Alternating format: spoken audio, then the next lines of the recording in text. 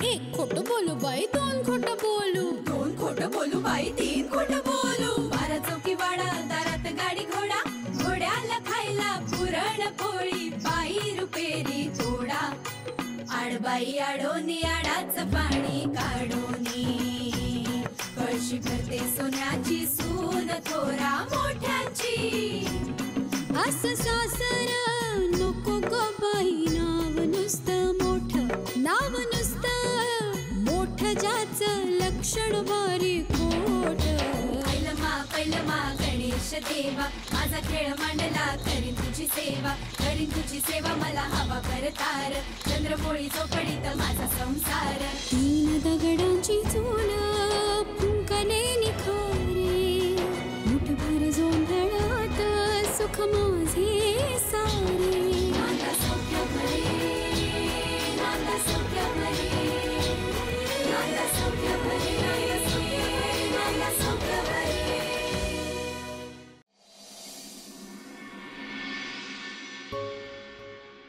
आई, हे मंगळसूत्र खोटं आहे मला माहिती आहे. हे इतकं शांतपणे सांगताय तुम्ही? मग कसं सांगू स्वानंदी? बँडबाजा बोलून सांगू का? आई सॉरी, पण हा निर्लज्जपणाचा कळस आहे. माणसाने नेहमी खरं बोलावं असं तूच म्हणतेस ना, मग मी आता खरं बोलते, तर त्यात कसला आला निर्लज्जपणा? खरं. मग माझ्या आईकडून 30,000 रुपये मागताना कुठे गेला होता तुमचा हा खरेपणा? आई, काय पोरखेळ चालवलाय? माझ्या आईचे मेहनतीचे 30,000 रुपये घेऊन तुम्ही हे 200-300 रुपयाचं मंगळसूत्र माझ्या हातात देताय आणि मला म्हणताय मला माहितीये. स्वानंदी, संस्कारी घरातली सुसंस्कारी मुलगी आहेस ना ग तू? मंगळसूत्राला नावं ठेवायची नसतात, एवढी साधी गोष्ट शिकवली नाही तुला तुझ्या घरात?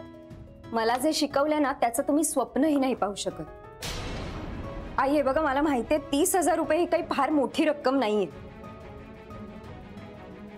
पण आमचा विश्वास, तुम्ही ना माझ्या आईच्या पैशाला नाही, देशपांड्यांच्या विश्वासाला हात घातलाय.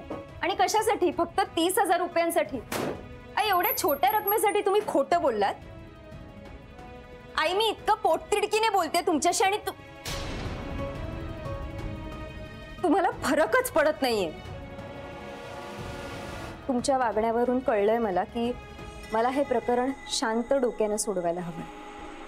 सोडव, शांत डोक्याने सोड. माझ्यासारख्या बाईच्या नादाला लागायचं असेल ना तर डोकं शांतच ठेवायला हवं स्वानंदी. तुझ्या चिमटीतून मी कधी निसटून जाईल तुझं तुलाही कळणार नाही, त्यामुळे शांतच ठेव डोकं. ठीक आहे, माझ्या आईचे पैसे मी मिळवेनच तुमच्याकडून, पण तुम्ही ज्या मंगळसूत्राच्या नावाखाली हे सगळं नाटक केलं ना, ते माझं खरं मंगळसूत्रही असेल माझ्या गळ्यात. हो वा. काय करशील ग स्वानंदी? इंद्रनीलला सांगशील? सांग. नाही, पण तुझ्या लक्षात आहे ना, तूच म्हणाली होतीस की आपल्या दोघींच्या मध्ये इंद्रनीलला मी कधीही आणणार नाही. तरी तुला सांगायचं असेल ना तर त्याला जरूर सांग. तो ना तुझ्यावर विश्वासही ठेवणार नाही. ती पांढऱ्या दगडावरची काळी रेघ आहे. ललिता जहागीरदार म्हणतात मला. कायम लक्षात ठेव. मग मी ही देशपांड्यांची मुलगी आहे. शब्द दिला म्हणजे दिला. आणि तो जो तुमचा काळा दगड आहे ना, तो दगडच मी पांढरा करून टाकेन, म्हणजे त्याच्यावरची रेष दिसणारच नाही. म्हणजे कसं, मला सत्य सांगितल्याचं समाधानही मिळेल आणि तुम्हाला दिलेला शब्द मोडलाही जाणार नाही. आई, आणि एक गोष्ट लक्षात ठेवा, असत्याची ताकद रस्त्यावरचे छोटे मोठे दगड हलवू शकत असेल, पण सत्याचं सत्व नवीन रस्ते बांधू शकतं. लक्षात ठेवा. काय बोलून गेली ही? मरो, मला काळजी करण्याचं काही कारणच नाहीये आता.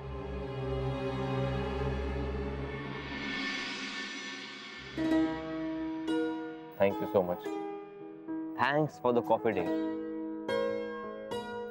Hey, लाजमी लाजमी लाजू नकोस ना. डोक्यातून निघून जातं माझ्या, मला पुढे काय बोलायचंय. विचारा. आजी कशी? बरी आहे. आणि घरचे? हॅलो, कसला विचार?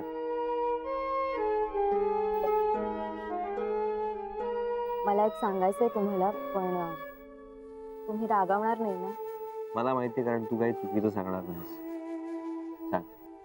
तुम्हाला माहितीये ना की मध्यंतरी आई माझ्या माहेरी माझ्या मंगळागौरी बद्दल बोलायला गेल्या होत्या. ती तसंच होणारी होती. पण ते खरं नाही. हो, त्यांच्या जाण्याचा हेतू वेगळा होता. आनंदी, मी तुला प्रॉमिस केलं की मी चिडणार नाही, पण त्याचा अर्थ असा नाही की जर तू आईबद्दल काही अहो बोलशील. तसं नाही, तुम्ही ऐकून तर घ्या. आई खूप मोठ्या मनाच्या आहेत, खूप प्रेमळ आहेत. त्यांचं खूप प्रेम आहे माझ्यावर.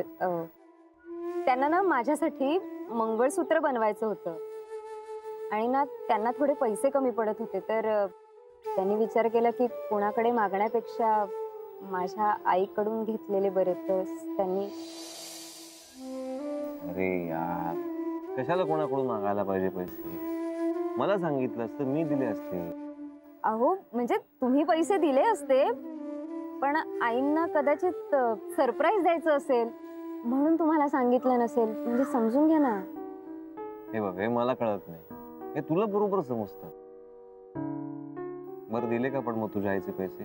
अहो ते महत्वाचं नाहीये. आणि पैसे काय करतील आई परत, आपल्याच आई आहेत. मी बोलतो आईशी. ते बघू आपण, तो इशू नाहीच आहे. मग कोणता इशू आहे? मला वेगळंच सांगायचंय. म्हणजे ना मला आईंच्या वागण्याचं जरा ऑड वाटलं. म्हणजे ते किती करतात माझ्यासाठी. आई आहेस तशी. मग तेच, आपल्या इतक्या सरळ साध्या प्रेमळ आईंना कोणी फसवलं तर? आईला फसवलं? कोणी? त्या ज्वेलरने. म्हणजे त्याने 60,000 रुपये घेऊन जे मंगळसूत्र दिलंय ना ते खोटंय. अहो हो, तो घेऊन आला होता, मी पाहिलं तेव्हा माझ्या लक्षात आलं. मी आईंना सांगितलं, पण आई म्हणाला की प्लीज इंद्रनीलला सांगू नकोस, त्याला वाईट वाटेल. म्हणजे बघा ना, किती सरळपणा, किती साधेपणा. म्हणजे पैसे काही झाडावर लागतात का? म्हणून मला आईची काळजी वाटते यार. काळजी करण्यासारखंच आहे हे.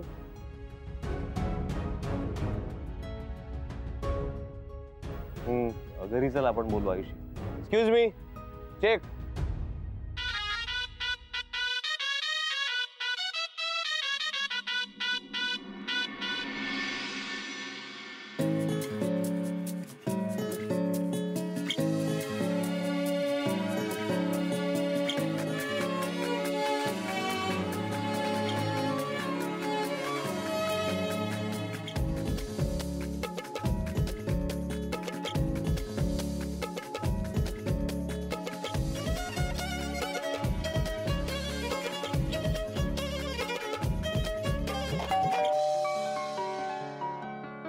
सायली, बघ जरा कोण आलंय.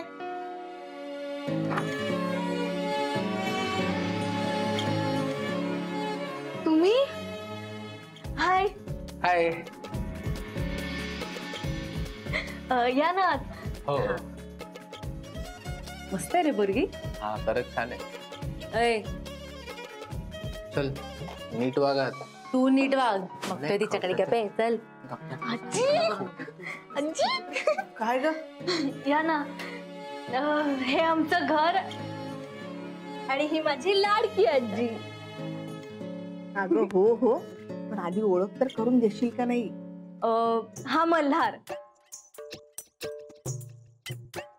आणि ही कन्नी. आजी पाया पडते. अरे तू मोठे व्हा, अगदी उंचीवर जा. आता याच्यात हसायला काय झालं? अगं आजी, उंचावरच जातात ते दोघं. गोविंद पथकाचे लीडर्स आहेत. अगो बाई, हो का? अरे बसा बसा बसा ना, बसा बसा बसा बसा. अगे चहा पाण्याचं बघ ना काहीतरी. नाही नाही, काय नको काय नको. आज 25 तारीख आहे ना, माझा गोपालखानाचा उपवास आहे. हो आजी हा मल्हार आहे ना, जय बजरंग पथकाचा लीडर आहे. आणि ही लेझिम पथकात आहे का? लेजिम आजी आपलं स्वतःचं गोविंद पथक आहे पोरींचं. आम्ही थर लावतो, मी तर 7व्या थरापर्यंत जाते ना. लेजिम सॉरी. आजी मी ना यांना ह्याचसाठी इथे आणलंय. मला ना यांच्या पथकात जॉईन व्हायचंय. जायचंय? अगं ते सोपं आहे का? त्यासाठी सराव लागतो. थर लावणं आणि वर चढल्यानंतर तोल राखून ठेवणं कठीण काम असतं, हो की नाही रे मल्हार? हा अगदी बरोबर आहे आजी. मी पण सायलीला तेच म्हणलं की उत्सव दरवर्षी असतो, पुढचं अख्खं वर्ष तू सराव कर आणि मग हो आम्हाला सामील. अरे पण तिला यायचंय ना, तू काळजी नको करू रे. मी तयार करते तिला. कर की तयार होऊन मग पथकात सामील होणारी पोरपोरी पाहिजे की आपल्याला. आपण सराव न करता उगाच उत्साहाच्या भरातनं हंड्या फोडणाऱ्या आणि थरांवर उभ्या राहणाऱ्या पोरांना मी काय सपोर्ट नाही करू शकत. कसं आहे आजी, हा पण खेळ, त्यात धाडस आहे, जिद्द आहे, उत्साह आहे आणि धैर्य पण. हा पण या सगळ्याला शिस्तीची आणि सरावाची जोड हवी. अगदी बरोबर. आणि आजी तसं जर असलं ना तर वरवर जाणारी आपल्या पोरांना गल्लीतच काय जगात कोणी थांबू शकणार नाही. बरोबर आहे. ते म्हणतात ना, चढायचं कसं आहे गोविंदाला शिकवायची गरज नाही, असं आहे. हा आणि त्यांच्या अंगात झिंग असते, झिंग आजी माहिती का? हा आपण नुसतं झिंग असून काय भागत नाही हो. आजी एक वेळ थरावर चढणं ठीक आहे, पण तोल कसा सांभाळायचा आहे जर चढणाऱ्याला आणि धरणाऱ्याला कळलं तरच दोघं सेफ राहतात. म्हणजे कसं कोणाच्या जीवाला धोका वगैरे काय नाही. वा वा वा मल्हार, मानलं पाहिजे बर का तुला. नाही म्हणजे नुसती इच्छा असून खेळ खेळणं सोपं नाहीये, तर त्यासाठी सराव हा पाहिजेच. आणि त्यासाठी काहीतरी तंत्र सुद्धा असेल ना, मग ते सुद्धा शिकलं पाहिजे ना आपण. आणि बरोबर संयम सुद्धा हवाच ना. तो ज्याच्याकडे असेल तो जिंकणारच. आजी म्हणजे मी नाही जायचंय त्यांच्यासोबत. आम्ही काळजी घेऊ तिथे, म्हणजे तुम्ही टेन्शन घ्यायला लई पोरी. आजी आजकाल पोरी ना पोरांच्या खांद्याला खांदा लावून थर लावतात. तुम्ही एक आजी प्लीज, तुला दिली परवानगी. पण हे बघ, लगेच या वर्षी तू थरावर चढायचं नाही. त्यासाठी यांच्या बरोबर राहा. हा निरीक्षण कर. नाही म्हणजे काय आहे, गोविंदा पथकाला जमिनीवर राहणारी मुलं सुद्धा हवीच असतात त्यांना, हो की नाही रे मल्हार? हो म्हणजे काय, स्वयंसेवक लागतातच की. बरं झालं. हे बघ सायली, तू आता स्वयंसेविका बनायचं. यांच्या बरोबर राहून निरीक्षण कर, म्हणजे पुढच्या वर्षी यांच्या खांद्याला खांदा भिडवून तुला काम करता येईल. त्यासाठी वर्षभर तरी सराव करायला हवा बरं का तुला. मी परवानगी दिली तुला. आता ना सॉलिड मज्जा येणार आहे. हा लय मज्जा करू आपण. पण येशील ना रोज? हा कधीपासून सराव सुरू करायचा? 26 काना बघायला घेऊन जाऊ ना आपण. हा आमच्या पथकातील इतर पोरं पण असतील. एकदम शो हाऊसफुल टकाटक. माझ्या बाजूची एक सीट ठेवीन तुझ्यासाठी, काळजी करतो. हाऊसफुल असणार ना शो म्हणून. चला चला आजी येतो. हा काय? अरे अरे तुम्ही खूप चांगलं काम करताय बरं का. अशीच आपली संस्कृती पुढे न्या. जे काय करताय ना ते आनंदाने करा आणि जपून करा, म्हणजे झालं. नाहीतर माहितीच आहे ना, थरावर चढायला गोविंदाला कुणी शिकवावं लागत नाही. आजी ते कन्नी शिक जरा आजीकडून काय. हा आजी या की आमच्या तिकडं शिट्यावारा मस्त मास्तर. हे बोलत्या मनावर घेऊ नका. येतो आजी. खरंच कुठे नेण्याच्या लागेल आले.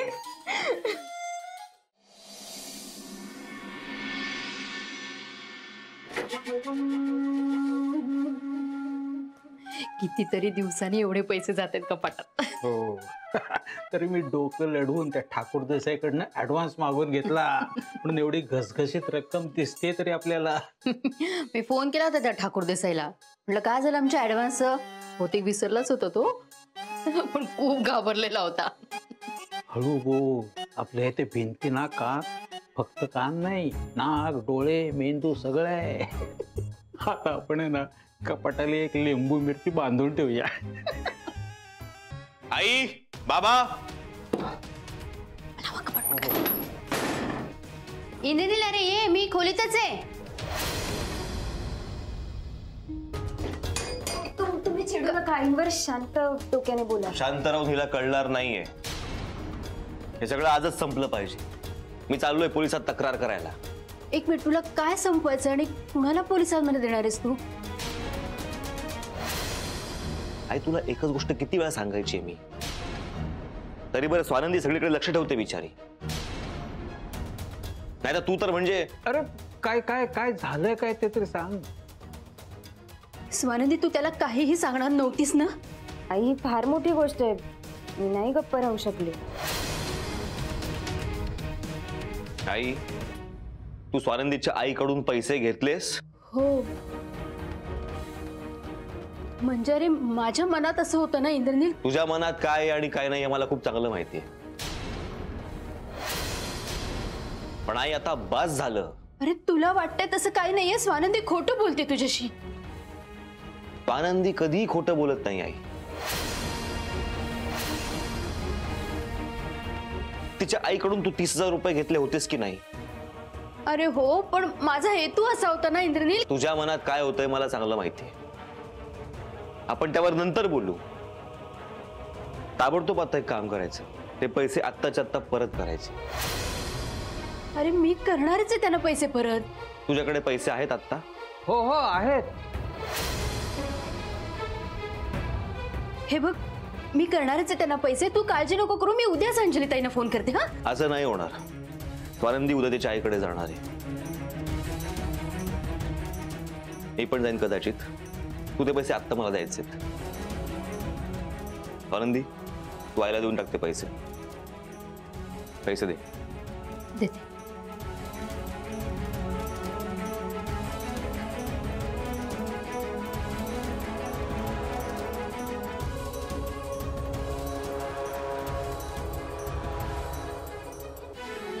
झालं समाधान? नाही झालं अजून.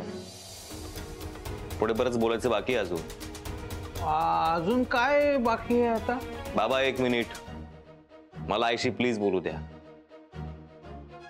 आई, हे सगळं तुझं किती दिवस चालणार आहे अजून? किती दिवस? म्हणजे जर मला हिने सांगितलं नसतं तर मला खरं कळलंच नसतं. आता काय केलंय मी? काय केलंय? आई, मी तुम्हाला शब्द दिला होता, पण तुम्ही दिलेलं मंगळसूत्र खोटं होतं. हे असं नसतं ग. इतकी साधी, इतकी भोळी सरळ काय असं नसतं अगं. तू हिच्यासाठी इतक्या प्रेमाने मंगळसूत्र बनवलं, ते खोटे हे पण तुला नाही कळलं. बरं, हिला कळलं, तू हिला सांगतेस की नीलला सांगू नकोस. त्याचं मला वाईट वाटलं. आई, नाही चालत असं. मी त्या ज्वेलरला सोडणार नाहीये. मी चाललोय आता पोलिसात तक्रार करायला. आत्ता. इंद्रनील, ऐक ना, त्यामध्ये ना त्या ज्वेलरचा काही दोष नाहीये. मग दोष कोणाचा आहे? कसं सांगू कोणाचा आहे? अरे जाऊ दे ना, पैसे अक्कल खाती जमा झाले असं समजूया ना आपण. असं कसं समजता येईल? नाव तर त्याला सांगायलाच लागणार आहे ना. अरे म्हणजे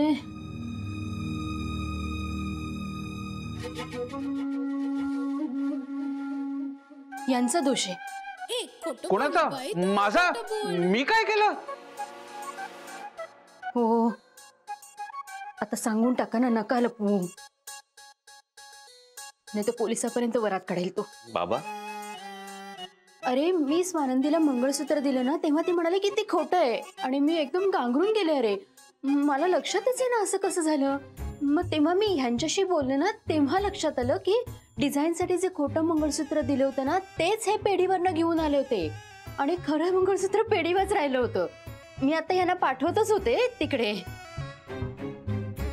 तुम्ही जाऊन घेऊन या मंगळसूत्र खरं आहे ते. हो जातो. जा. पैसे आहेत ना. नाही थांबा, मीच घेऊन येते पैसे. एक खोटं बोलू बाई, दोन खोटं बोलू. आले.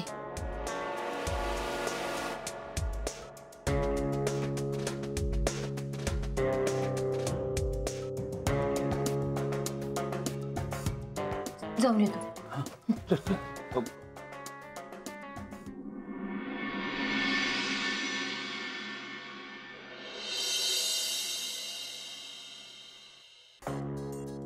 त्याने काही कटकट नाही केली ना? नाही नाही, अरे कटकट कशाला करेल. तुम्ही जरा गप्प बसा.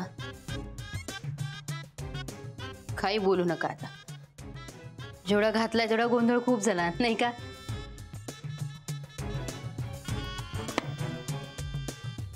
अहो हा.